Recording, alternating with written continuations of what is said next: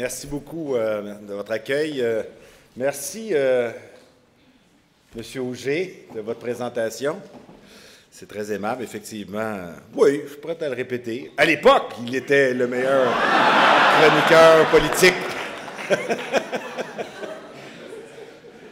Et je sais qu'il l'a mentionné très rapidement, mais nous avons entendu parler très largement d'une éventuelle influence que pourrait avoir certains, on appelle ça un patron de presse.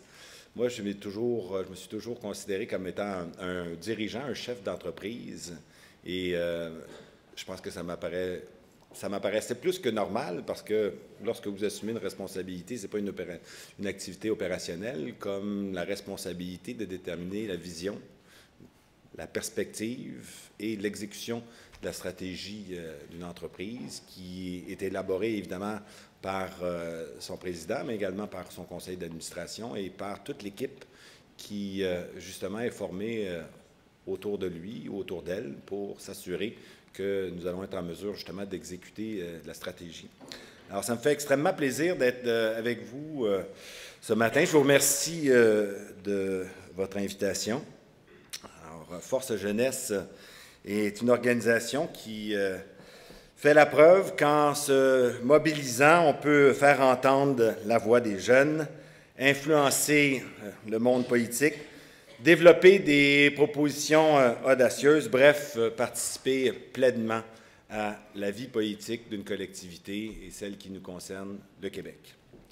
Je salue votre audace et votre préjugé favorable à l'entrepreneuriat. Vous savez, c'est un thème qui m'est très cher, mais également à la création de richesses, à l'éducation et à beaucoup d'autres enjeux importants de la société québécoise. Le temps que vous prenez aujourd'hui est utile pour définir notre avenir, faire en sorte que nous puissions accompagner cette réflexion et mettre en jeu des propositions et des éléments de discours, des éléments communs de discours.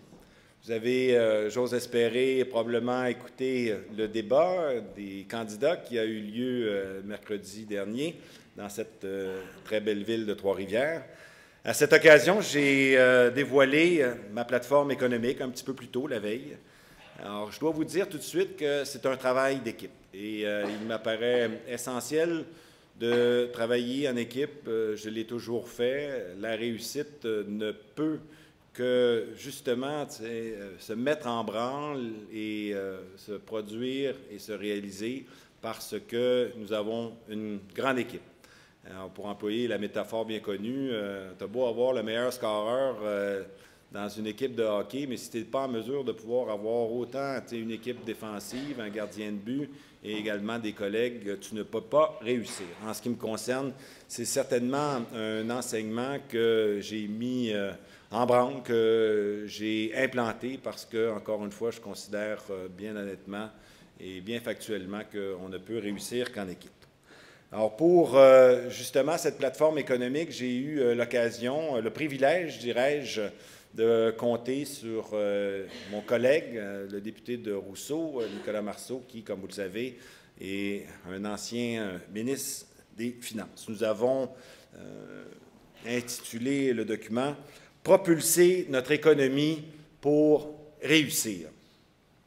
Je vous invite bien entendu à en prendre connaissance. Des fois, on peut déplorer que la couverture journalistique, une question s'il vous plaît, hein, Jean-Michel,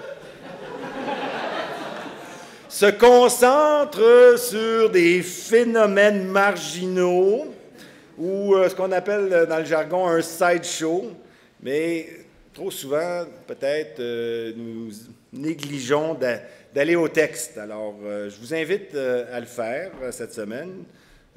Certains se concentreront peut-être uniquement sur le sommaire, mais j'ose espérer que probablement aussi vous irez au fond des choses. Il y a des propositions fort intéressantes. Vous y trouverez des éléments sur lesquels nous avons passé des heures à discuter, des heures animées de discussion, parce que les choses ne sont pas nécessairement simples et il y a quelque chose, par contre, qui nous assemble, c'est cette passion du Québec.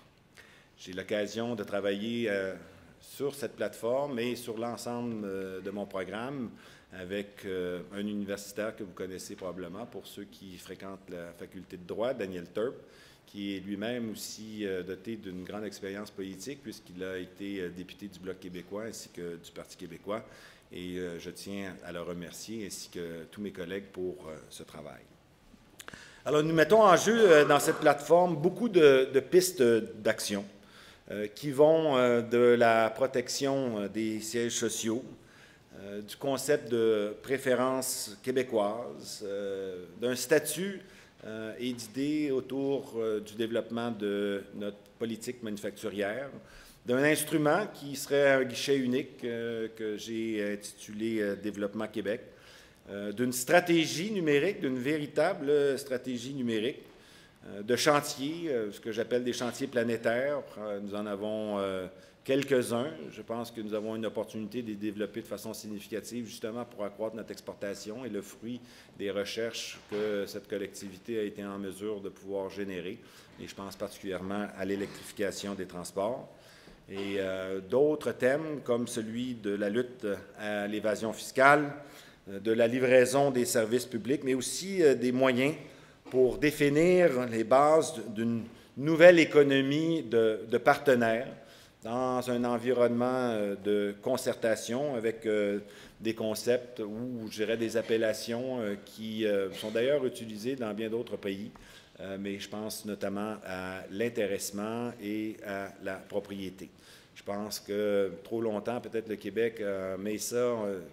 Et c'est dû à notre histoire, à cette espèce de dichotomie ou distinction qui pouvait exister entre des intérêts économiques qui étaient réservés à une élite et puis la grande majorité qui n'y avait comme contribution leur travail, donc une espèce d'adversité entre le capital et le travail. Heureusement, je pense que cette situation est révolue, mais ça ne veut pas dire que parce qu'elle a existé et qu'aujourd'hui elle est derrière nous, que nous devons cesser de penser qu'on ne puisse pas prendre des mesures pour amenuiser ce qui peut en rester et proposer des éléments pour que, justement, ce qui peut paraître antinomique fasse en sorte que nous puissions travailler pour la construction et la continuation du développement économique du Québec.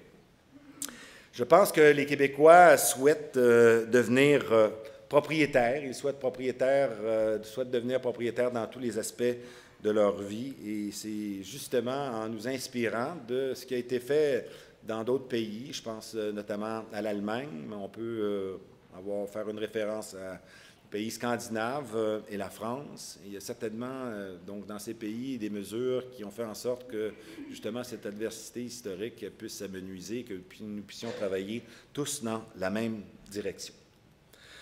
Alors, la plateforme et les propositions qu'elle contient sont à la mesure des nombreux défis du Québec de demain. J'ai la conviction qu'il faut faire mieux et davantage pour notre économie et sa croissance. Le thème que vous retenez pour Force Jeunesse est un thème extrêmement fort en signification. C'est bien ça, maître chez nous. C'est une parole historique, une parole très forte. Et ce qui est intéressant de constater, mais c'est toujours évidemment possible de le faire a posteriori, c'est que ce n'était pas uniquement une parole, ce n'est pas, excusez-moi l'expression, que du baratinage. Et elle a été accompagnée par des gestes déterminants qui ont façonné notre histoire, nos 5 dernières décennies, et qui sont très importantes. Je sais que plusieurs commentateurs, des fois, voient d'un mauvais œil ou d'une mauvaise perspective que nous parlions de notre histoire. Mais honnêtement, je ne vois pas pourquoi on ferait l'économie d'un fondement aussi important. Tous les peuples, toutes les nations ont une histoire et ils en sont très fiers. Certes, la nôtre est probablement caractérisée par une opposition, celle auquel je faisais référence un peu plus tôt, celle des francophones qui étaient dans une situation socio-économique défavorisée ou moins favorisée. Mais faire l'économie de l'histoire, ça m'apparaît une faute très grave parce qu'il faut bien la saisir, bien la comprendre pour pouvoir également aussi déterminer nos pistes pour l'avenir. Alors, pour ceux qui n'aiment pas l'histoire, je me permets de lire ce passage du programme de Jean Lesage en 1962. Alors, vous allez voir, ce n'est pas dans le politiquement nécessairement correct là, si aujourd'hui nous avions les schèmes d'appréciation. Un peuple comme le nôtre doit se servir des instruments de libération économique dont il peut disposer. D'abord, nous devons nous affirmer dans des domaines comme ceux des finances, de l'industrie et du commerce. Le moment est venu de nous attaquer à fond, sans délai et sans hésitation, à l'œuvre exaltante de la libération économique du Québec. Pour la première fois dans son histoire, le peuple du Québec peut devenir maître chez lui. L'époque du colonialisme économique est révolue. Nous marchons vers la libération. On croirait un discours de Fidel Castro. C'est Jean Lesage en 1962. Alors, je pense que vous avez constaté, tout comme moi, que les termes sont très forts. Mais ce que nous devons retenir, c'est que l'action fut déterminante par la suite avec la création de grands instruments financiers dont plusieurs régions nord-américaines nous envient. Pensons à la Caisse de dépôt, pensons aussi à la SGF. Mais pensons à ce moment qui nous a fait passer de Canadiens français à Québécois, celui de la nationalisation des 11 compagnies d'électricité en 1963, dont la fameuse Shawinigan Water and Power. Alors, c'est l'époque où l'on disait que les francophones, les Canadiens français, n'étaient pas capables de se prendre en main. Alors, on peut facilement penser que pas difficile de comprendre que des intérêts économiques majeurs étaient en cause et que les détenteurs du pouvoir économique ne souhaitaient qu'une seule chose, le statu quo. Il aura fallu le courage et la détermination de grands Québécois pour leur prouver le contraire. C'est la même époque de cette fameuse phrase de Donald Gordon, président du CNR. Je vous la lis. Elle est un petit peu en flamande. Hein? So long. Non, c'est pas Citizen Kane. Là. So long. As I am president of the Canadian National, no one will be appointed vice president of CN because he's a French Canadian. Alors, comme disent les Américains, we proved them wrong. Je rencontrais hier, dans une visite en Montérégie, un militant de longue date qui était présent avec M. Lévesque dans les années qui ont justement suivi ce grand moment, 64-65, et qui avait procédé à la prise en charge, à la mise en place des éléments qui amenaient une nouvelle direction de l'entreprise. Vous pouvez vous en douter, c'est certain que... Ce n'est pas une question d'anglais puis de français, c'est une question de détention de pouvoir économique. Alors, c'est certain que lorsque nous avons vu arriver un nouveau propriétaire, la direction a été plutôt inquiète. Mais, somme toute, je pense que nous sommes obligés de conclure que ça s'est très bien passé et aujourd'hui, nous disposons vraiment d'un actif considérable. Évidemment, ça fait 50 ans. Je comprends que nous ne devons pas vivre dans le passé, mais il y a certainement des éléments à cet égard qui doivent nous inspirer. Alors, je pense que la démarche des prédécesseurs était extrêmement inspirantes que nous devons poursuivre sur les perspectives qui nous ont été offertes.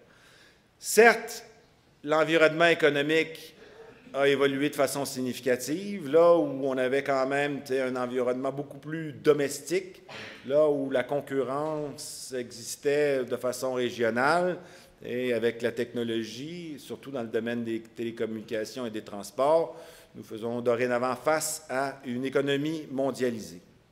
Mais ce n'est pas parce que cette économie est dorénavant mondialisée que nous ne pouvons pas continuer à nous inspirer des enseignements et des préceptes qui nous ont été légués et qui font aujourd'hui que nous nous retrouvons. Je comprends que les HEC existaient bien avant 1963, mais si elles ont pris autant d'essor, ces écoles commerciales, nos facultés de génie, nos différents finissants, qui étaient 9 000 en 1966 à l'Université de Montréal et qui sont dorénavant autour de 65 à 66 000, et ça c'est juste pour l'Université de Montréal, c'est qu'il y a des gestes et des recettes qui ont été mises en œuvre et qui se sont avérées extrêmement fructueuses. Alors, encore aujourd'hui, nous pouvons le constater, je dirais que le Québec dispose de tous les atouts nécessaires pour être un pays prospère, un pays audacieux et un pays libre. J'en veux comme exemple, j'étais encore une fois hier en Montérégie et j'ai eu le privilège, parce qu'effectivement c'est un privilège, vous comprendrez pourquoi, vous connaissez certainement, certains d'entre vous, la nature de l'activité, mais j'ai été invité chez OVH. OVH est une entreprise française qui est venue s'installer à Beauharnois, dans une ancienne usine de l'Alcan, aujourd'hui Rio Tinto Alcan, et qui est active dans le domaine de l'exploitation des saveurs. L'entreprise est détenue par des Français, mais ça tombe bien aussi parce que pour faire, je dirais, la relation avec l'histoire, il est juste à côté, l'usine est juste à côté, on peut évidemment comprendre pourquoi, parce que c'est une ancienne aluminerie, mais elle était juste à côté du barrage, un des premiers barrages d'Hydro-Québec, qui avait été construit évidemment avant la nationalisation, à Beauharnois, qui encore, je pense, il y en a qui disent 100 ans, mais mettons 70 ans, produit encore de l'électricité. C'est pour vous dire que l'électricité, effectivement, est une source d'énergie hydroélectrique, là, évidemment, une source de développement durable et d'énergie verte. Alors, c'est vraiment à cet égard, et j'examinais avec eux les raisons pour lesquelles ils étaient venus s'installer au Québec. Alors, les raisons sont nombreuses, mais en même temps, elles détaillent bien ce dont il s'agit. Certes, nous avons des tarifs énergétiques très compétitifs. En France, c'est presque 3 fois. Partout en Europe, et c'est sans compter le coût que les Européens vont avoir à assumer dans le démantèlement des centrales nucléaires. On parle de 5 milliards pour la centrale de Fessenheim en Alsace. Alors ça, c'est un atout majeur. Encore aujourd'hui, et je suis convaincu qu'il va le demeurer pour demain parce que l'énergie, justement, dans ce genre d'activité, représente entre 30 et 40 du coût de production. Mais nous avons le climat. Le climat, il fait fret, ça tombe bien. On réchauffe, on refroidit les serveurs en ouvrant les fenêtres, en hiver, évidemment. Nous avons de l'espace, du territoire. Et ça, certainement que les Européens ne sont pas dans cette dynamique et on peut penser encore différemment en Asie. Nous avons la règle de droit, la démocratie. Ça, c'est extrêmement important. Et des fois, on se fait dire qu'en Arabie saoudite, il y a des tarifs qui peuvent être moins chers. Oui, oui, vas-y, t'es installé en Arabie saoudite. Et puis, on verra bien, après, qu'est-ce qui s'est passé avec le printemps arabe, s'ils vont être en mesure de pouvoir maintenir un élément aussi essentiel que la règle de droit, avec un système de droit qui est stable. La formation, dans le domaine des technologies de l'information, nous avons fait beaucoup depuis les dernières années. De l'énergie verte. Alors, ça permet à OVH de dire à ses clients, écoutez, les données là, qui sont hébergées dans vos serveurs sont alimentées par de l'énergie verte, pas de l'énergie sale, issue de sable bitumineux, ou une centrale thermique au charbon, ou encore une centrale nucléaire. Et je suis personnellement convaincu que c'est un créneau de développement extrêmement porteur parce que les consommateurs sont de plus en plus sensibles à ces considérations. On peut penser à la sécurité. Mais aussi, surtout, et j'en profite parce que c'était le moment, je dirais, un petit peu plus passionnel. J'ai eu l'occasion de travailler moi-même en France, et d'ailleurs, le siège social d'OVH est situé juste à côté où j'avais une usine à l'époque à Lille, et c'est l'espoir. C'est l'espoir que nous sommes capables de procurer à nos jeunes. Parce que les Français, actuellement, le taux de chômage des jeunes est à 40-45 % et ils ont, dans cette réflexion, dans leur vie quotidienne, une espèce de trace indélébile de no future. Mais le Québec est capable de proposer beaucoup plus large parce que nous avons véritablement tous les atouts pour y arriver. Alors, ça m'a fait plaisir d'écouter tout ça parce que comme président du conseil d'administration d'Hydro-Québec, j'ai moi-même fait des démarches auprès d'entreprises que je connaissais de ma vie professionnelle. Vous avez entendu parler de Patrick Pichette, qui a annoncé donc sa démission ou sa retraite cette semaine. Il a été le directeur financier de Google pendant plus d'une dizaine d'années. Je l'ai approché et puis Google, eux autres, sont des fermes de serveurs qui sont l'équivalent de porte-avions américains. Les Américains, ils l'ont l'affaire, comme dirait le dessin. Ils l'ont l'affaire. Mais il y a des entreprises comme Cisco, comme SAP, comme Orange, qui est une entreprise de télécommunications, et de plus en plus, évidemment, l'ancien France Télécom, dorénavant appelé Orange, qui, on le sait, en matière de télécommunications sans fil, requiert énormément de capacité de serveurs. Oui, ce sont des entreprises étrangères, mais nous avons le potentiel de les attirer. Ceci étant, ça ne veut pas dire que nous devons non plus ne pas s'engager dans ce domaine. Et bon, là, c'est un petit aparté, mais je ne peux pas en faire l'économie parce que ça a été une annonce qui a été faite cette semaine et probablement tout comme vous, peut-être certains d'entre vous, vous en avez pris connaissance. Alors, Québécois, qui a eu l'occasion d'avoir une direction avec de la vision, du leadership et une capacité d'exécution, a annoncé cette semaine justement qu'il venait de faire l'acquisition d'une entreprise dans le domaine, justement, de l'hébergement des serveurs. Une entreprise qui s'appelle Degré 4 dans la région de Québec. Et puis, je trouve ça fort intéressant parce qu'elle continue à s'engager dans cette culture d'entreprise qui fait en sorte que nous continuions à bâtir notre économie au Québec. Alors, j'ai le sentiment, comme une majorité d'entre vous probablement, qu'avec tous nos moyens, nous serions en bien meilleure posture pour nous développer et augmenter notre richesse collective. J'ai la conviction, vous savez, que l'indépendance politique et économique nous permettra d'accroître cette richesse. En fait, c'est beaucoup le sens de mon engagement en politique. Vous vous doutez bien que j'avais bien d'autres options professionnelles dans ma vie, mais que j'ai choisi, il y a quelques mois maintenant, l'engagement politique. Personne ne pourra me reprocher d'avoir choisi l'action plutôt que l'inertie. C'est cette idée que j'ai évoquée en ouverture de débat à Trois-Rivières en utilisant la formule « à la peur, j'opposerai la conviction ». Pour ouvrir d'autres possibilités pour le Québec, il nous faut de nouveau mériter la confiance des Québécois. Si les militants du Parti québécois m'accordent la leur, j'aurai alors 3 ans et demi, pour faire cette démonstration à nos concitoyens. Les Québécois, nous le savons, sont ingénieux. Ils le sont dans plusieurs domaines. Ils l'ont été, ils le demeurent dans le domaine culturel. Je me croise évidemment tout de suite à l'esprit Robert Lepage. Nous le sommes dans le domaine des sciences. Nous le sommes dans le domaine des affaires. Et, bon, je souhaiterais que la nomenclature soit plus longue, mais elle a bien démarré. Puis nous le sommes également dans nos compétitions sportives. Par contre, il y a des défis. Et les études démographiques sont rarement rassurantes. le taux de chômage et la précarité de certains des jeunes dans nos régions est très préoccupante. Vous connaissez donc la liste des problèmes. Alors, une fois que nous l'avons énuméré, la question est la suivante. On fait quoi? On fait quoi maintenant? Alors, baisser les bras n'est certainement pas mon option.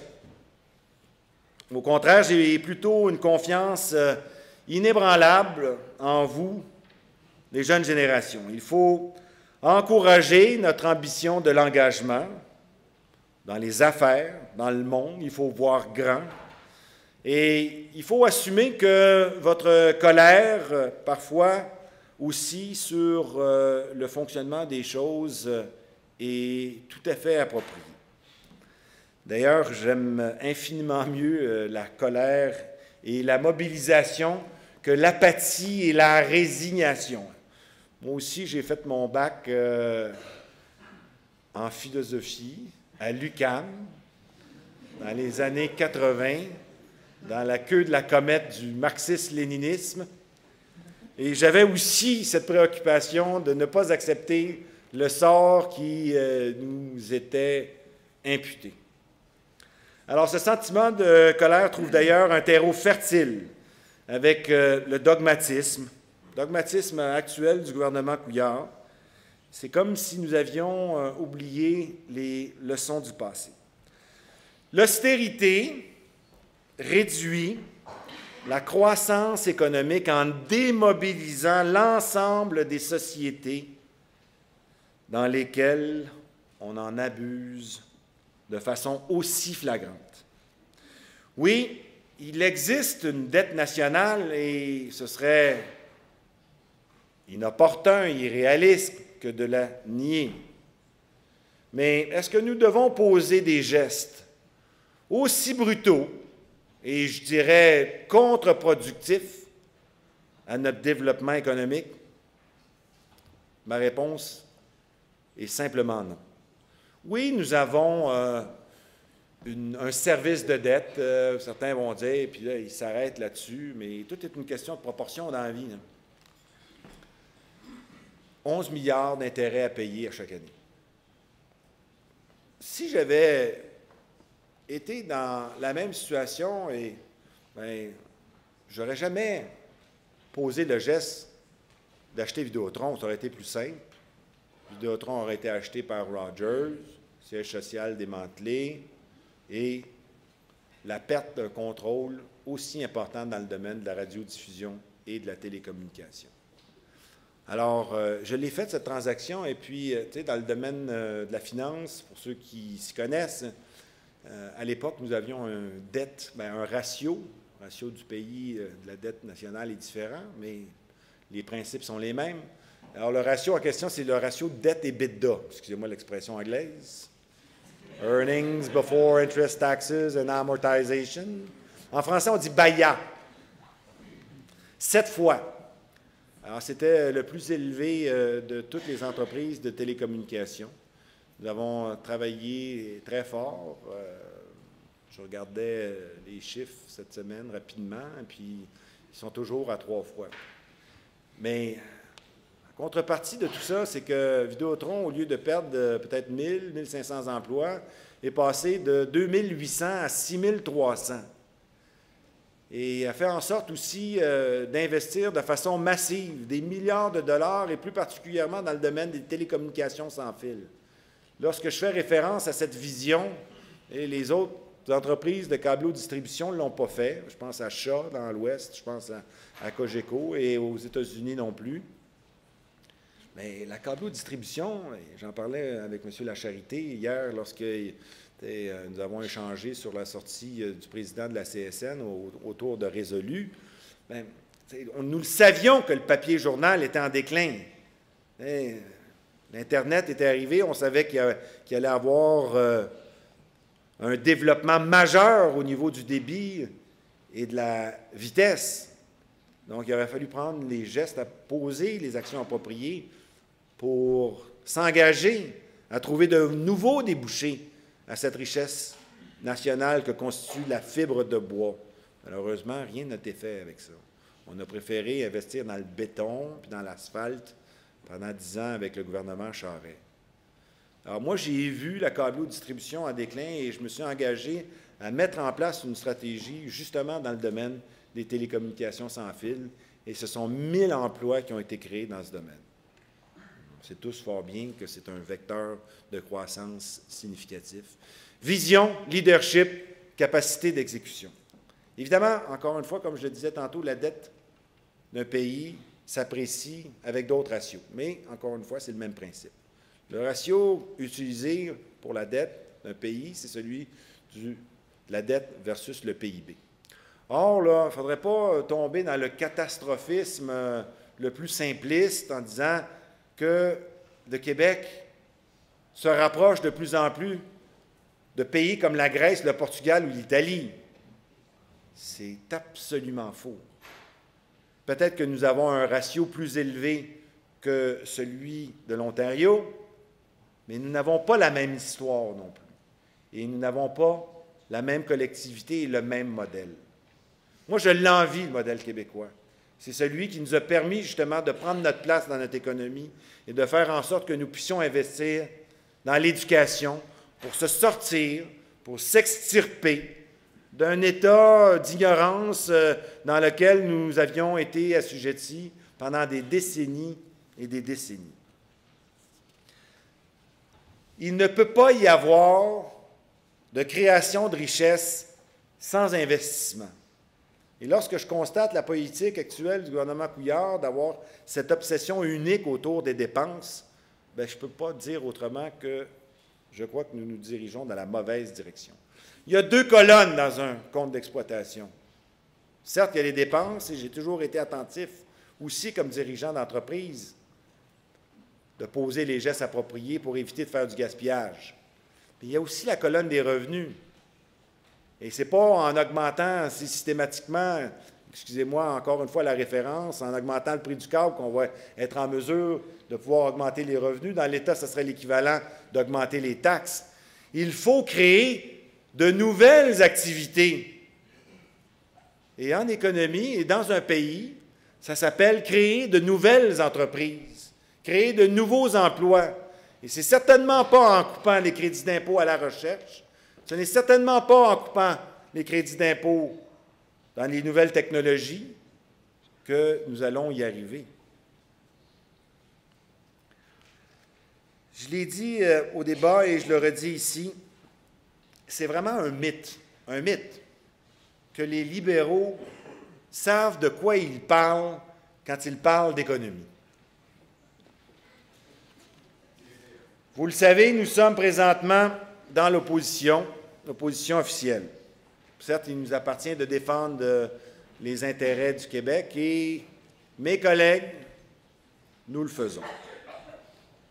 Mais j'ai aussi et surtout le sentiment qu'il nous faut faire plus. D'ici l'horizon 2018, pas si lointain, nous avons du pain sur la planche. Mais nous avons aussi des tribunes pour proposer des alternatives, développer un discours différent sur l'économie et les finances, sur l'éducation, sur la santé, sur la lutte à la pauvreté, sur le développement de nos régions, nos pôles d'excellence, l'importance de livrer des services publics de qualité avec un souci pour les citoyens et pour leurs opinions. Je dirais aussi que des élections aux 4 ans, même à date fixe, c'est une question que nous devons nous poser. Sont-elles suffisantes pour prendre le pouls de nos concitoyens? Je pense qu'en 2015, nous sommes dus à un nouveau rendez-vous avec la démocratie. Je vous ai parlé quand même pas mal de technologie et nous savons que le seul attribut, je dirais, de la technologie, c'est qu'elle ne s'arrête jamais.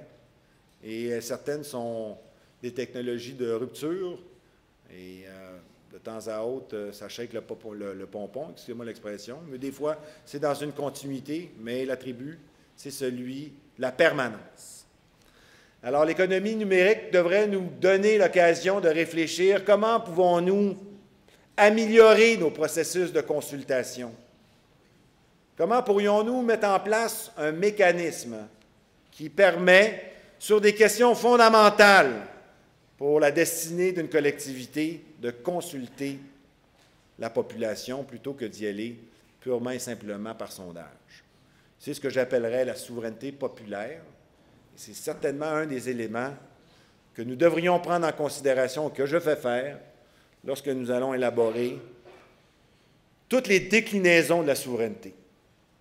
Et autour de questions sur la Constitution, je sais que ce n'est pas nécessairement très vendeur, mais on ne pourra pas là non plus faire l'économie d'une telle discussion.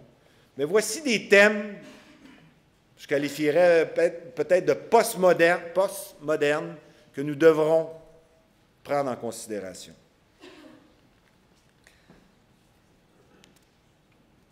Et pourquoi nous devons le faire?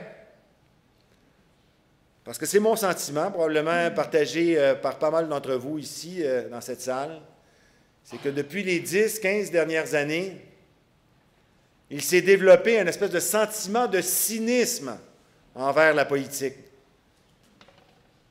Les citoyens n'ont plus de prise avec les politiciens, justement à cause du processus de consultation. Aux 4 ans, où est l'imputabilité? Nulle part.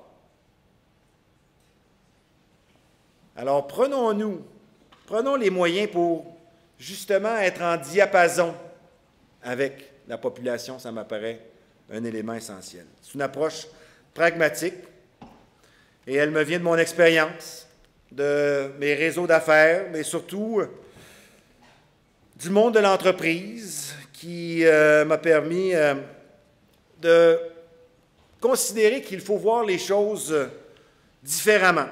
Sinon, on reproduit systématiquement les mêmes recettes et probablement les mêmes erreurs. Moi, en ce qui me concerne, j'adopte cette attitude et elle me guide dans le cadre de ma course à la direction. Vous le savez, j'ai de l'ambition pour le Parti québécois. L'équipe actuelle doit incarner le parti de la réussite, celui qui convainc, celui qui regroupe, celui qui échange de façon constructive, un lieu de débat, un lieu d'unité aussi pour le développement du Québec. Permettez-moi rapidement de revenir sur le thème de Maître chez vous, parce que je pense que cette citation, là aussi, nous démontre ou nous dénote de bonnes idées québécoises. L'extrait, « La question n'est pas de savoir s'il faut que le peuple du Québec prenne le contrôle d'une partie ou de tout l'actif économique impressionnant qu'est l'industrie électrique. La question est de savoir s'il veut entreprendre, avec des moyens efficaces, l'œuvre de libération économique dont il rêve. » Alors, quand nous écoutons le gouvernement, nous sommes très loin de ces discours. Michel Courchesne, l'ancienne ministre du gouvernement Charest, l'a bien compris hier, en confirmant qu'elle ne se reconnaît pas dans ce gouvernement. On peut dire qu'on trouve dans le texte de Lesage bien d'autres passages savoureux qui décrivent bien l'actualité de ce thème qui est cher aux Québécois, celui de maîtriser notre avenir. Je sais que plusieurs d'entre vous tiennent à ce que vos représentants politiques prennent des engagements sans détour. On me questionnait sur le cynisme, je viens d'y répondre. Je vais vous dire bien honnêtement que je n'ai pas de formule magique, mais que je peux très certainement commencer par vous dire là où j'ai des appréciations tout à fait différentes de celles du gouvernement actuel. Je vous ai parlé des finances publiques. Nous faisons face à une obsession uniquement sur les dépenses. Nous allons continuer notre travail et je vais continuer ma course et je vais continuer à répondre aux questions qui sont posées par les militants et par les militantes. Et je vais le faire aussi également avec mes adversaires ou mes collègues à la course. Et j'aurai aucune difficulté au moment opportun de répondre à des questions difficiles On m'a posé la question de l'évasion fiscale de Québécois. Je considérais que ce n'était pas nécessairement utile de le faire dans un débat sur l'emploi ou autour des questions sur quelles sont les mesures que nous devons prendre pour combattre l'évasion fiscale. Alors, je peux vous le dire et je vais le répéter, sous ma direction, Québécois n'a jamais fait appel à des schémas d'optimisation fiscale. Et Dieu sait si, effectivement, les institutions financières nous l'ont proposé. Mais il m'apparaît essentiel et même incontournable, et qui le disait encore récemment. Ah oui, je vous invite à le voir, ce film qui vient de sortir, Le prix à payer. C'est que, pourquoi Apple, pourquoi Google parque son cash, excusez-moi l'expression, alors qu'ils ont bénéficié de cette collectivité qui leur aura permis de réaliser cette réussite. Alors, c'est ça aussi le monde de l'entreprise. C'est cette obligation qui nous est faite de payer ce que la collectivité a offert comme élément essentiel de la réussite des entreprises. Dans un contexte de transition démographique, il est urgent que les conseils des sociétés d'État s'ouvrent aux jeunes générations. Je sais que le Forum Jeunesse est tout à fait favorable. Moi-même, j'ai posé des gestes de cette façon parce que je considère que les conseils d'administration, eux aussi, doivent représenter la collectivité. Alors, c'est sans difficulté que, à l'époque où j'étais dirigeant, donc, il y avait une présidente chez Sun Media, il y avait une éditrice au Journal de Montréal, une éditrice au Journal du Québec. Aujourd'hui, je constate que la présidente Vidéotron est présidée par une femme, le conseil d'administration de TVA est présidé par une femme, la majorité des membres du conseil d'administration de TVA sont des femmes. J'ai participé à l'élection ou à la nomination de la présidence du conseil, Françoise Bertrand.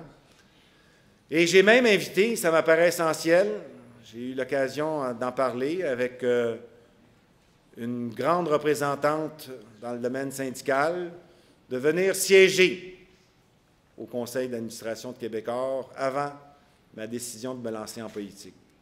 Je persiste à penser que les conseils d'administration des entreprises doivent également être l'illustration, doivent être le symbole, doivent être un instrument pour que chacun des participants à l'intérieur de la collectivité puisse faire valoir sa perspective et ses souhaits. Évidemment, il y a une collégialité qui est requise. Il y a des règles qui encadrent la discrétion de la tenue des conseils d'administration, mais qu'une représentativité adéquate soit proposée et soit dorénavant mise en place m'apparaît essentiel. Il y a bien d'autres questions, mais je sens chez vous une certaine effervescence. Pour la période des questions, je ne sais pas, ça fait combien de temps que je parle? Probablement trop longtemps. Alors, sur ce, je vais vous dire que je vous remercie énormément de cette invitation.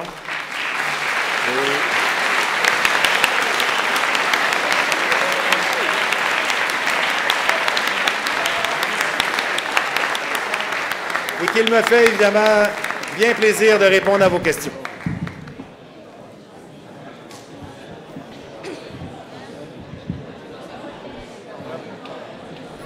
De toute évidence, aucun intérêt pour la période des questions. Alors, la tradition veut que c'est quelqu'un de l'exécutif de Force Jeunesse qui pose la première question.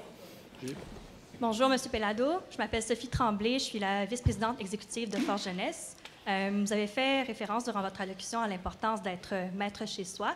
Ma question porte sur la place des jeunes dans la fonction publique, qui est une question qui est très chère à Force Jeunesse. Comment faire pour attirer une relève forte au sein de la fonction publique, puis s'assurer d'y avoir l'expertise nécessaire pour mener à bien les grands dossiers d'État? Bien, c'est gentil de me poser la question parce que j'étais supposé de l'aborder dans mon texte, mais là, comme j'ai pensé que ce serait préférable d'écourter, donc... Oui, la fonction publique, et d'ailleurs, nous avons eu l'occasion d'en discuter lors du débat à Trois-Rivières, elle m'apparaît essentielle. Bon, il y en a qui vont dire que c'est galvaudé comme expression, mais moi, je pense qu'effectivement, si nous sommes là où nous sommes, c'est que nous avons cru à un modèle singulier, original, le modèle québécois. Et c'est parce que nous avons pris en charge, d'une part, comme je l'ai mentionné avec M. Lesage, c'est la politique, l'outil, l'État, pour que nous puissions faire en sorte de poser les gestes appropriés. Et il n'y a pas d'État sans sa fonction publique. Il n'y a pas d'État sans le service public. Or, il se trouve que là, il y a un grand débat. Oui, il existe partout en Occident et il existe aussi au Québec. Ce qui est intéressant pour nous, parce qu'on est un petit peu toujours derrière les problématiques qui se sont posées dans d'autres pays occidentaux. Et on sait ce qui s'est passé en Grande-Bretagne. Nous savons ce qui s'est passé en France. Nous savons ce qui s'est passé en Occident en général aux États-Unis. Alors, la problématique, c'est de dire, voulons-nous diminuer le rôle de l'État ou voulons-nous lui donner la juste place qui lui convient? Oui, il faut toujours être attentif, je l'ai mentionné, sur la prestation des services qui sont rendus par l'État. Oui, peut-être nous devrions penser qu'on puisse passer du statut de bénéficiaire à celui de quelque chose qui pourrait commencer à ressembler à une approche client. Quelque chose qui va nous permettre aussi de mesurer la satisfaction des citoyens. Alors moi, je suis pour la revalorisation de la fonction publique. Et il n'y aura de revalorisation de la fonction publique autrement que, justement, par l'acceptation d'un renouvellement de celle-ci. Il faut la gérer. C'est sûr qu'on ne peut pas penser que cette situation-là va évoluer à l'intérieur de 6 mois ou de 9 mois, comme le souhaite mettre en place le gouvernement. Mais quand nous avons une vision puis une capacité d'exécution, bien, il faut poser cette stratégie qui va être certainement multi-annuelle, mais qui va nous amener là où nous le souhaitons, avec des jalons qui nous permettront justement d'apprécier les différentes étapes où nous sommes rendus. Alors, qu'est-ce que ça nous a donné, le démantèlement de l'État ou les gestes qui ont été posés par le gouvernement Charest avec l'abandon d'expertise?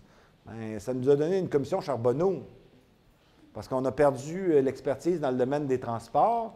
Et je comprends que ce n'est pas un thème qui a été abordé, mais c'est certainement quelque chose aussi auquel la collectivité va devoir s'arrêter. Ça nous a donné le chaos informatique. Alors, il faut rapatrier à l'intérieur de l'État, et je suis certain que dans le domaine des technologies de l'information, qui est le mieux placé? Qui sont les mieux placés pour justement s'assurer que nous allons pouvoir avoir cette expertise? C'est certainement les jeunes. Alors moi, que l'on intègre et que nous renouvelions notre fonction publique à partir, évidemment, de nos finissants universitaires, bien, j'y suis tout à fait favorable. Bonjour, Marc-André Thibault. Je veux vous entendre, M. Pellado, sur les personnes handicapées au Québec. Vous avez parlé de faire les choses différemment. Justement, un des groupes marginaux qui est le moins intégré en matière d'emploi au Québec, c'est sans aucun doute les personnes handicapées. La plupart des entreprises, des gouvernements ont des taux d'embauche, c'est-à-dire des politiques d'embauche pour les personnes handicapées à 1-2 % qui ne sont même pas atteints. Moi, on ne l'entend pas dans le discours politique également. Donc, moi, ce que je veux entendre de vous, ce que j'aimerais que vous me dites, c'est quoi votre plan, c'est quoi votre vision par rapport aux personnes handicapées au Québec? Parce que moi, je pense qu'on peut faire une différence et on doit la faire également, on doit prendre notre place, mais visiblement, les instances qui sont en place présentement, telles que l'OPHQ et d'autres instances, ne font pas leur travail. Ils représentent plus le gouvernement que les personnes handicapées. Présentement, le gouvernement Couillard vient de couper les contrats d'intégration au travail pour les personnes handicapées, ce qui fait que ça n'a pas de bon sens. Est-ce qu'ils préfèrent les intégrer au marché du travail ou les mettre sur l'aide sociale? Parce que pour la plupart de ces jeunes-là, s'ils n'ont pas de contrat d'intégration au travail, ils ne travaillent pas, donc ils sont sur l'aide sociale. Donc, je veux savoir qu'est-ce que vous pensez de ça, puis comment vous vous engagez comme futur dirigeant, je l'imagine, à faire en sorte que les choses changent puis qu'on puisse faire partie intégrante de la société, comme on nous le crie partout sur les toits. Merci. Mandat de conclure.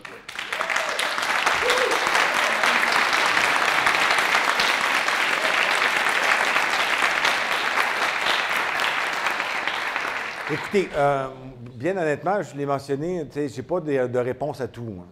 Ce que vous mentionnez est évidemment une problématique très importante. Et dans mon expérience précédente, moi et l'entreprise a posé les gestes appropriés pour bien s'assurer que tous les participants à l'intérieur de la collectivité, de la société civile, puissent avoir leur place adéquate parce que les talents sont nombreux en cette matière. moi, personnellement, j'ai des amis, je pense à Stéphane Laporte, puis bon, Stéphane, à un moment donné, il a eu comme des difficultés à l'admettre, mais aujourd'hui, il n'y a plus aucune difficulté. Je sais que ces hommes et ces femmes ont énormément de talent. Alors, il n'y a pas de raison que nous ne leur procurions pas tous les outils nécessaires pour qu'ils puissent avoir ce rayonnement nécessaire dans la collectivité.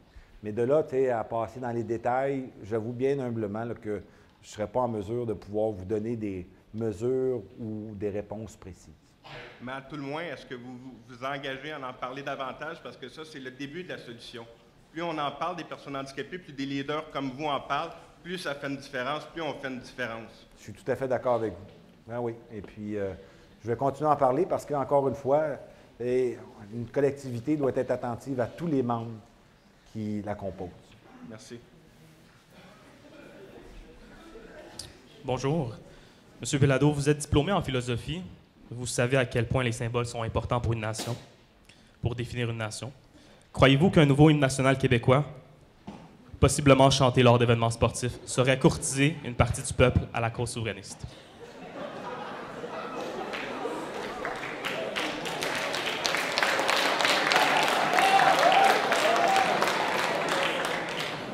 Bien, écoutez, vous savez, une nation se définit par plusieurs de ses attributs. D'ailleurs, à un certain moment, nous aurons l'occasion d'en parler. Et je sais que certains de mes collègues n'aiment pas ça, qu'on utilise cette expression, mais il y a des fonctions régaliennes. Non? Donc, il y a celui de lever les impôts, celui de faire monnaie. C'est moins vrai aujourd'hui parce que les monnaies sont devenues quasiment également une commodité, là. Mais il y a la langue et il y a les symboles que sont le drapeau national, il y a les grands rendez-vous autour de cette identité. Et ça va de soi, il n'y a pas de pays que je connaisse qui n'a pas un hymne national. Et lorsque le Québec sera indépendant, il aura son hymne national. D'ailleurs, vous savez fort bien que le Haut-Canada est originaire du Québec. Bonjour. Jérôme Turcotte. Bonjour, M. Pellado. Au cours des 30 dernières années, l'économie a évolué. D'une économie industrielle, manufacturière, on est passé à une industrie du savoir, une industrie de l'information. Or, les lois ne sont pas toutes adaptées de la même façon à cette réalité-là, notamment au niveau du Code du travail. Dans le Code du travail, il existe une notion anti-briseur de grève qui se fonde sur la notion d'établissement. Notion qui est très bien adaptée aux industries manufacturières, au monde industriel, mais qui est très, très mal adaptée au monde de l'information notamment, ce qui crée une disparité dans le rapport de force des employés avec leurs employeurs.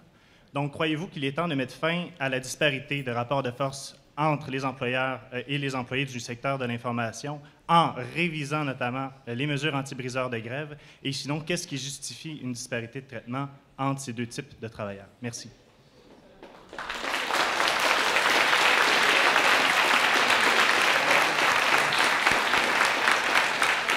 Écoutez, je vais répondre à votre question et en même temps, j'aimerais quand même faire un préambule.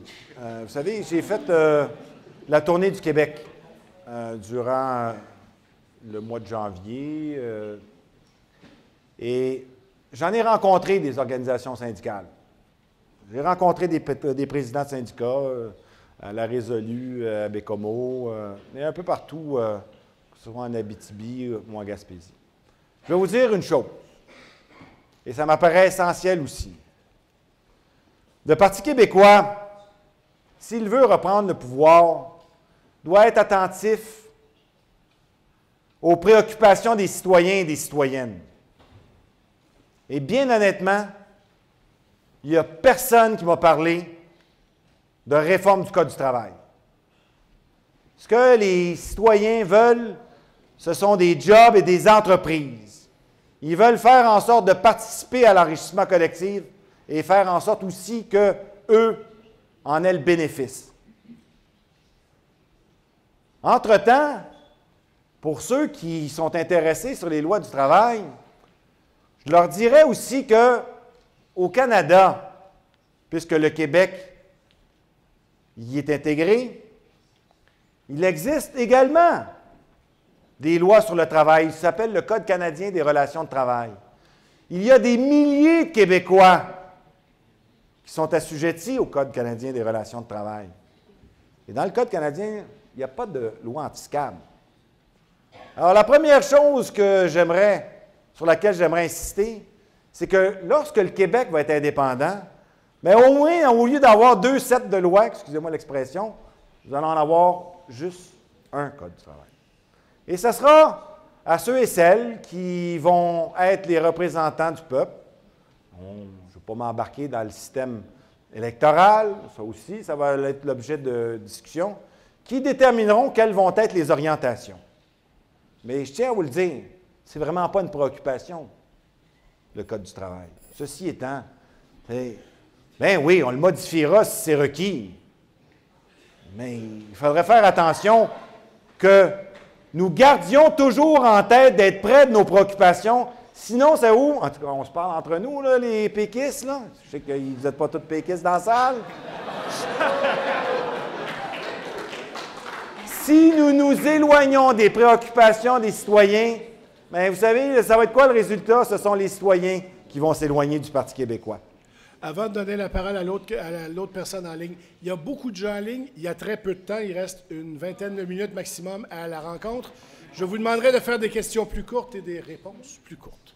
Monsieur je le promets, ça va être vraiment très court. Je veux savoir, selon vous, c'est quoi vos moyens concrets de favoriser l'entrepreneuriat chez les femmes, alors qu'on sait qu'encore aujourd'hui, elles sont prises avec des décalages marqués face aux hommes. Puis, je veux savoir, c'est quoi votre vision d'avenir pour donner la chance aux femmes de prendre davantage de place sur le marché du travail et dans l'innovation au Québec?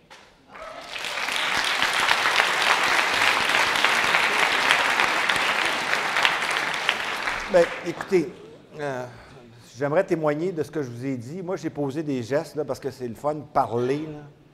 Il y en a qui parlent, mais il faut agir. J'ai agi et je vous ai donné la composition de la direction, des conseils d'administration et des gestes que j'entendais poser. Alors, moi, oui, je comprends qu'il y a encore... moi, j'étais à la faculté de droit, il y avait plus de filles que de gars. Là, je sais qu'en génie, c'est l'inverse. Donc, dans certains secteurs, c'est vrai qu'il y a peut-être des différences ou des fossés qui continuent à exister. Alors, faisons en sorte justement qu'on puisse les diminuer, les amenuiser, les faire disparaître, ces fossés. Mais je ne suis pas nécessairement toujours apte ou enclin à dire, il y a des différences majeures. Il y a les hommes et les femmes. Moi, je pense qu'il y a les citoyens et les citoyennes. Nous nous définissons surtout et avant tout comme citoyens.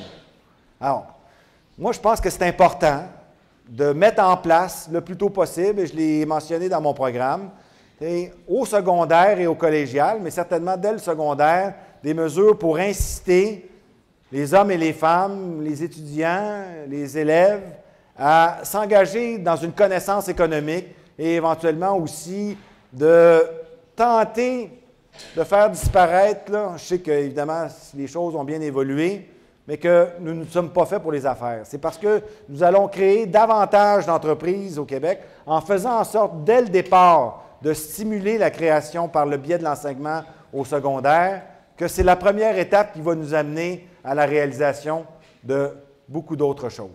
Et honnêtement, moi, je dis aux femmes qu'elles prennent et qu'elles continuent de prendre leur place. Parce que moi, personnellement, je considère que la perspective qu'elles amènent à l'intérieur, et je l'ai vécu personnellement pour l'avoir expérimenté, elles amènent une perspective bien différente. Et ça m'apparaît essentiel parce que si vous voulez avoir la capacité de prendre la meilleure décision, bien, vous devez avoir alors à ce moment-là, en amont, les plus larges sources d'informations et de détermination et de perspective sur la réalité pour le faire. Alors, est-ce que ça veut dire qu'on doit prendre des mesures mandatoires de représentation sur les conseils? Il y a des débats actuellement en Europe sur ces questions-là. Est-ce qu'on doit prendre des mesures sur la parité de la représentation à l'Assemblée nationale? Je ne suis pas convaincu que ce soit la meilleure des formules. Moi, je pense que c'est aux citoyens et aux citoyennes de s'affirmer. Elles ont tous les moyens pour y arriver. J'aurais été curieuse de vous entendre sur la conciliation travail-famille, mais... Ah, excusez, moi, je savais pas On que va vous passer à une autre question, mais sinon, on ne pourra pas passer plus loin.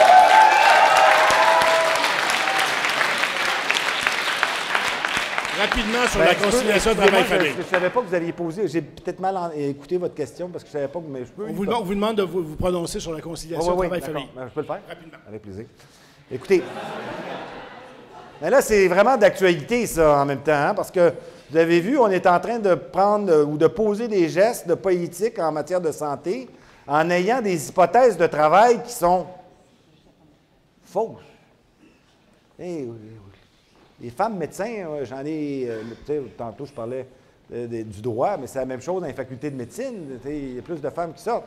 Et après ça, ben oui, les femmes ont des enfants et par la suite, des congés de maternité. Mais lorsqu'on ne soustrait pas ces chiffres-là pour déterminer le nombre de jours travaillés par les médecins, c'est un travestissement intellectuel absolument invraisemblable.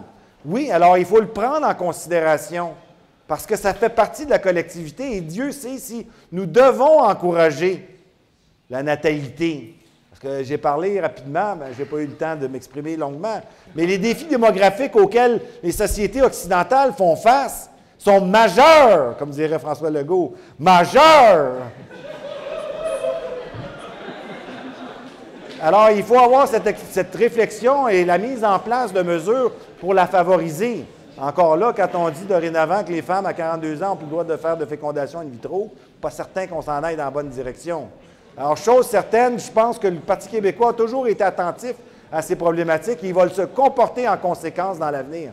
Parce que nous sommes tous héritiers de ceux et celles qui ont justement bâti le Québec moderne. Il y a eu M. Lesage, j'en conviens, mais il y a eu M. Lévesque avec une équipe exceptionnelle, avec des lois avant-gardistes. Et soyez assurés que le Parti québécois sera toujours à l'enseigne de l'avant-gardisme. Bonjour, M. Pellado, Sophie Gagnon. Quand le Parti québécois était au pouvoir dernièrement, ils ont mis de l'avant l'idée de la Charte des valeurs. Depuis ce temps-là, on a vu au Québec des comportements qui étaient impensables avant. On pense à la juge à la Cour du Québec qui a refusé d'entendre une femme voilée, aux croyants de Chicoutimi qui ne peuvent pas se faire construire un lieu de culte. Je serais curieuse de vous entendre, M. Pellado, dans votre plateforme politique, quelles seraient les mesures concrètes, puis concrète est le mot-clé, là, quelles seraient les mesures concrètes mises de l'avant pour inclure puis intégrer les minorités culturelles au Québec?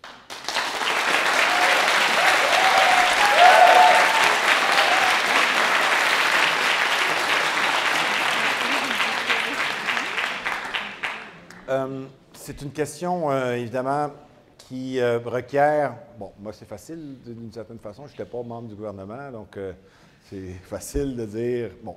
Mais fondamentalement, donc, le projet de mon collègue Bernard, que j'estime et que je respecte beaucoup parce qu'il s'est tenu debout contre vents et marées, ça, juste le fait de s'être rendu là où il s'est rendu, ça, en tout cas, ça suscite chez moi une grande estime.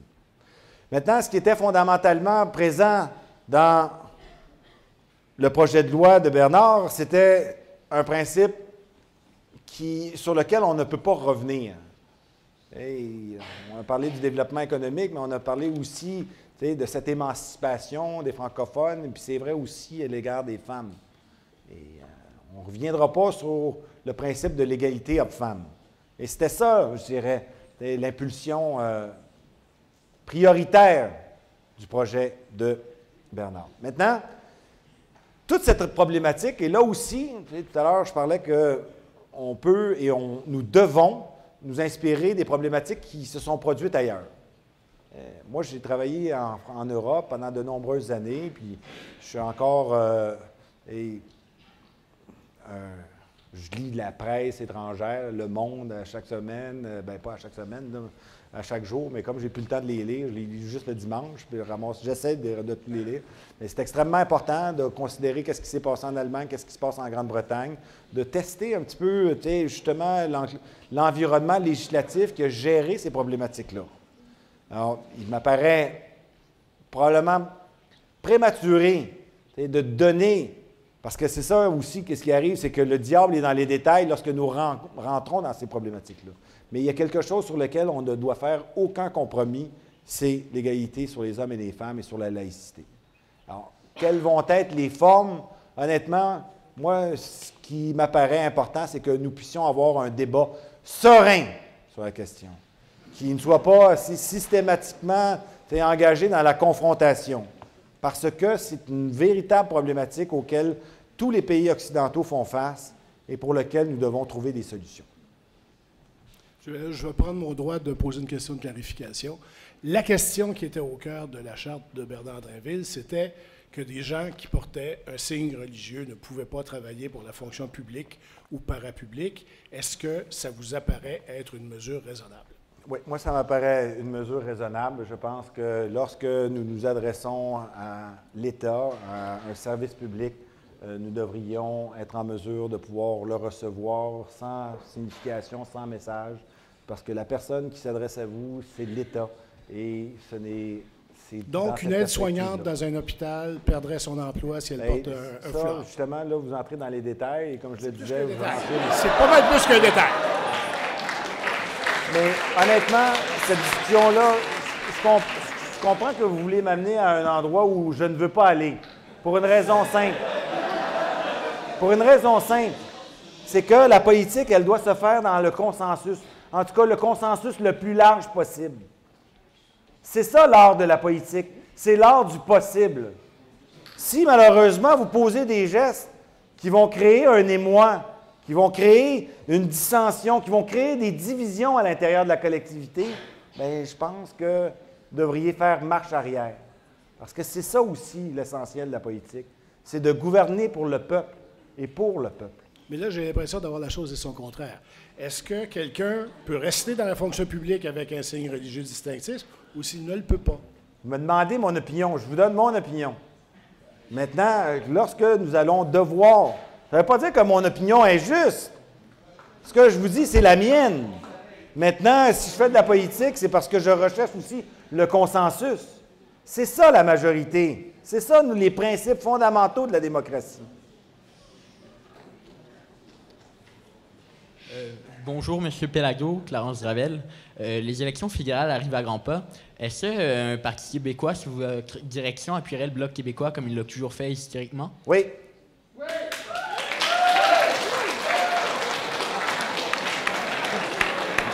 Monsieur Auger va m'aimer, là, hein? Bing! Bonjour, Catherine Drouin. Vous parlez, là, vous venez juste de m'inquiéter un petit peu quand vous mentionnez que gouverner, c'est pour le peuple au complet et moins pour les minorités. Donc, au Québec, on a plusieurs communautés autochtones qui sont minoritaires. Ce pas des populations très énormes, mais qui sont très importantes. Et récemment, les communautés Inuits ont manifesté l'intérêt de se rassembler pour créer leur propre gouvernement. Donc, étant donné que tout débat au PQ amène forcément à la question identitaire, parce que ça fait partie de votre plateforme, comment vous situez-vous par rapport au fait que les communautés Inuits du Québec voudraient se rassembler sous un gouvernement, étant donné que c'est leur propre culture et leur propre identité?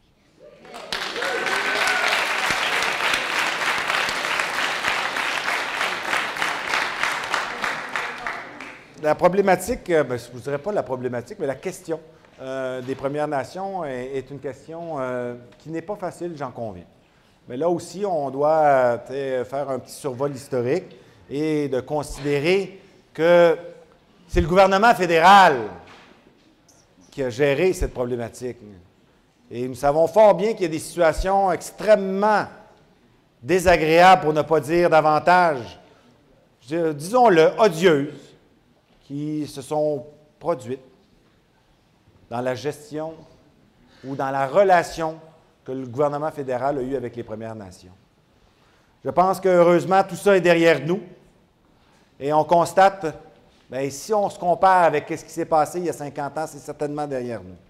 On constate que certaines Premières Nations ont fait en sorte de s'intégrer davantage. Moi, je pense que ce dialogue-là doit se poursuivre. Quand je regarde qu'est-ce que le gouvernement du Québec, qu'est-ce que des hommes politiques comme Bernard Landry ont fait avec la communauté CRI, et je me dis que le gouvernement du Québec a été pas mal meilleur que le gouvernement fédéral, qui a envoyé les jeunes dans des pensionnats pour les empêcher de parler leur langue, puis dans le fond, refaire la stratégie de l'Acadie, de les assimiler. Ça, là, ce ne sera jamais la position du Parti québécois et ce ne sera jamais ma position. Au contraire, les gestes ont été posés pour faire en sorte que ce respect mutuel entre nations se vive quotidiennement. Maintenant, est-ce qu'il y a des améliorations à convenir? Bien sûr. Est-ce qu'il y a des communautés, il y a des Premières Nations? Vous avez parlé des Inuits, vous avez raison de le mentionner, parce que c'est probablement la communauté ou la Première Nation qui est la moins favorisée. J'ai eu l'occasion d'aller à la Romaine alors que j'étais président du conseil d'administration d'Hydro-Québec, et la communauté Inuit est bien présente dans cette région-là. Et les efforts ont été déployés quand même malgré tout pour essayer. Mais il faut partir de plus. C'est comme en amont et en aval. C'est le cas de le dire pour une rivière. J'ai eu aussi l'occasion d'aller à l'Université du Québec en Abitibi-Témiscamingue, où là, il existe une faculté pour la formation des maîtres, pour justement que autant les Québécois, à un certain moment, comme je faisais référence, ont vécu dans l'ignorance, autant les communautés, les Premières Nations ont besoin aussi, mais pas d'une éducation imposée, mais de cette éducation qui va provenir des membres de leur communauté. Et lorsqu'on met à la disposition, lorsque le gouvernement du Québec considère qu'il est important qu'il y ait des facultés de formation des maîtres qui vont aller par la suite dans les Premières Nations, là où ils demeurent, s'engager dans la collectivité, bien, je pense qu'on s'en va dans la bonne direction. Est-ce que tout ça va se faire en 6 mois? Bien sûr que non. L'évolution d'une société, d'une collectivité, c'est sur des décennies et des décennies qu'elle s'apprécie. Mais quand je vois, et je le répète, ce qui a été effectué par le Parti québécois depuis les dernières décennies, bien, je suis plutôt optimiste.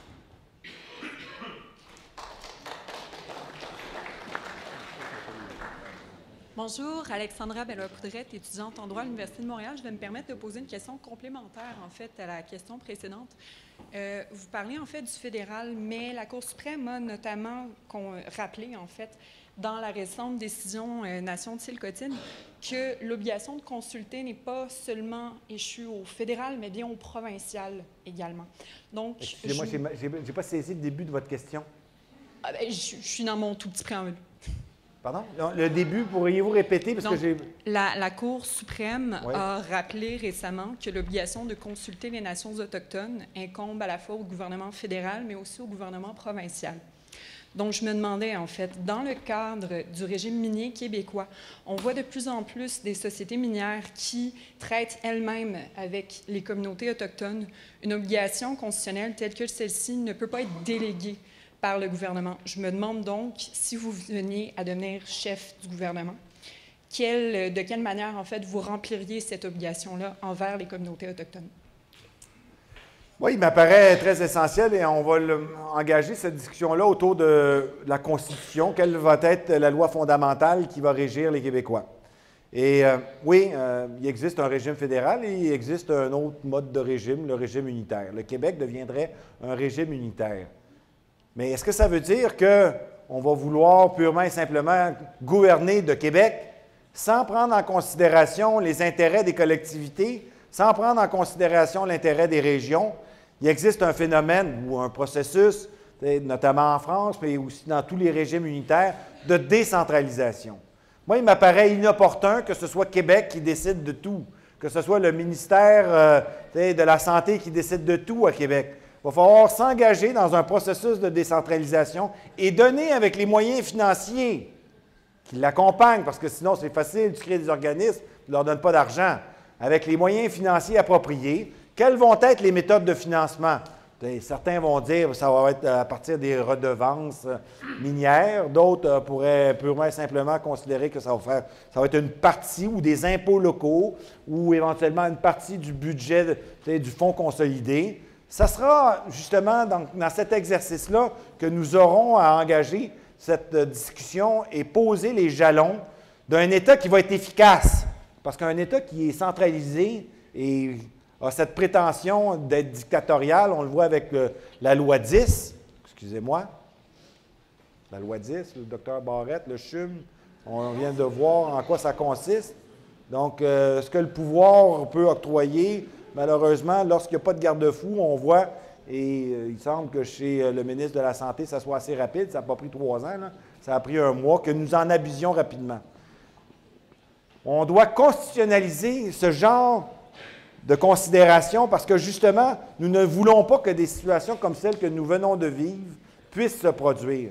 Et c'est en protégeant le droit des régions et le droit aussi des Premières Nations que nous serons en mesure d'avoir un État beaucoup plus stable. Et la stabilité, vous savez, c'est probablement ce que souhaitent avoir le plus les entreprises, qu'elles soient des entreprises privées ou des entreprises publiques. Olivier Lasselle. Comme vous le savez, M. Palado, on vit une période difficile pour les politiciens. Je pense qu'on est très nombreux aujourd'hui à être des passionnés de politique. Et donc, ma question est la suivante. Quel est votre plan précis pour réintéresser les citoyens à la politique? Bien, je l'ai abordé un petit peu tout à l'heure. Bon, j'ai parlé du concept de souveraineté populaire. C'est sûr que si nous consultons là, une fois tous les 4 ans les citoyens, je pense que là, on ne sera jamais en mesure de pouvoir retrouver cette capacité ou ce sentiment qu'a le citoyen de pouvoir faire la différence à quelque part. Alors, sur des questions fondamentales, il m'apparaîtrait, il y a certaines personnes qui ont parlé, je pense que c'est Bernard d'ailleurs, donc des RIP, là, des référendums d'initiative populaire, ou des RIP, pas pour Rest in Peace, là, mais pour référendum. C'était trop facile, hein? Mais donc, un processus de consultation permanent. C'est sûr que là aussi, tu sais, là, vous allez me dire, il répète tout le temps la même affaire, mais je n'ai pas toutes les questions, les réponses à ces questions-là, parce que là, le diable rentre dans les détails. Qu'est-ce qui va être une question susceptible de consultation? C'est une très bonne question. Je n'ai pas de réponse à cette question-là, mais je sais que nous devrions nous engager dans cette perspective-là, ouvrir le débat, parce que, clairement, s'il y a une désaffection aussi importante là, auquel vous avez fait référence, c'est parce que nous sommes arrivés au bout de cet exercice-là qui dit, regarde, il faut passer à autre chose, il faut passer à une volonté de déterminer une nouvelle façon de faire la politique, et ça, également, je m'y engage. Le temps file, alors on est arrivé au moment des 2 dernières questions, c'est comme le sprint final. Alors, bonjour, je m'appelle Léa Gamache. En fait, vous parlez d'un idéal, d'un Québec uni, d'un Québec qui marche ensemble vers des objectifs communs. Mais comme une partie de ma génération, moi, j'ai l'impression qu'actuellement, on vit dans un Québec multiple et dans une communauté éclatée. J'ai du mal à voir comment on peut être visionnaire, comment on peut parler au nom d'un bien commun sans brimer une partie de ce Québec multiple-là. Et j'aimerais savoir ce que vous pouvez dire pour convaincre les gens de ma génération qui pensent comme moi. Bien, parce que là, vous faites une assertion là, qui n'est pas nécessairement facile à comprendre. Je ne sais pas ce que vous pensez. Là. Pardon? Vous me dites que... Bien, qu'est-ce que vous parlez je veux dire, il est question d'un bien commun. Mais on vit dans un Québec multiple. Et quand on parle ben oui. Oui, mais je suis d'accord, mais ça veut dire quoi, c'est un Québec multiple? Bien, un Québec multiple, c'est un Québec qui a des orientations, qui a des idéaux, qui a des visions du monde qui sont diversifiées et où il est difficile de faire un consensus. Okay. Écoutez, moi, je parle d'un Québec uni, je parle d'un Québec indépendant. Je dis que le Québec a toutes les ressources pour devenir indépendant et que la meilleure façon de pouvoir nous enrichir, c'est d'exercer toutes les compétences qui sont celles d'un pays. Les pays, il y en existe beaucoup. Je pense qu'il y en existe 194 sur la planète, là. Alors, est-ce que ce pays-là va faire en sorte de ne pas donner ouverture à la multiplicité ou à la diversité? Je ne crois pas.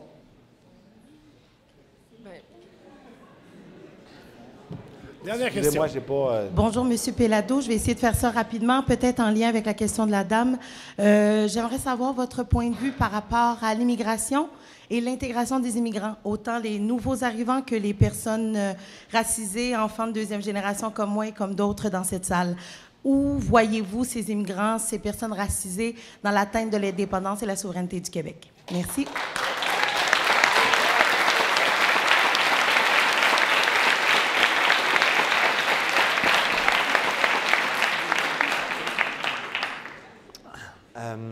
Je pense que le Québec a toujours été une terre d'accueil, généreuse, et elle va continuer à l'être. Elle a eu, un petit peu à l'image des Américains, le bénéfice de pouvoir intégrer à l'intérieur, pas intégrer, là, mais d'accueillir. C'est sûr que des fois, c'est toujours délicat de parler d'intégration, mais dans le sens peut-être propre du terme, mais il est devenu connoté peut-être un peu trop fort depuis quelques années. Hein. Mais d'accueillir cette diversité et la collectivité s'est enrichie grâce à ça. Alors, je ne vois pas de considération qui nous empêcherait de penser que nous ne devons pas continuer dans cette perspective-là. Maintenant, il y a du travail à faire parce que pour l'immigration qui se poursuit, il y a toute cette infrastructure fédérale qui accueille ceux et celles qui veulent venir s'établir au Canada et également au Québec. Il y a quand même des règles qui devront être suivies, c'est-à-dire que moi, ça m'apparaît essentiel qu'on ne fasse pas de compromis sur la langue française. On en parle depuis un certain temps. Il faudrait poser des gestes pour bien s'assurer que ces valeurs communes, les plus majoritairement répandues et assumées, puissent, dont notamment la langue, faire en sorte que cette terre d'accueil soit aussi le lieu de la générosité d'autrui. Je dirais qu'il y a une espèce de dialectique entre celui qui vient, ou celui ou celle qui vient, et celui ou celle qui reçoit. Celui qui reçoit va s'enrichir, mais en même temps aussi, celui qui vient doit se positionner comme faisant en sorte que j'arrive dans un pays et il y a des règles à respecter, et ça m'apparaît essentiel que ces principes-là soient également mis en valeur, soient acceptés et soient partagés. Merci. Alors, c'est la fin de la période des questions. Je m'excuse auprès de ceux qui étaient au micro. M. Pellado, il va rester un peu plus longtemps. Merci beaucoup. Merci beaucoup.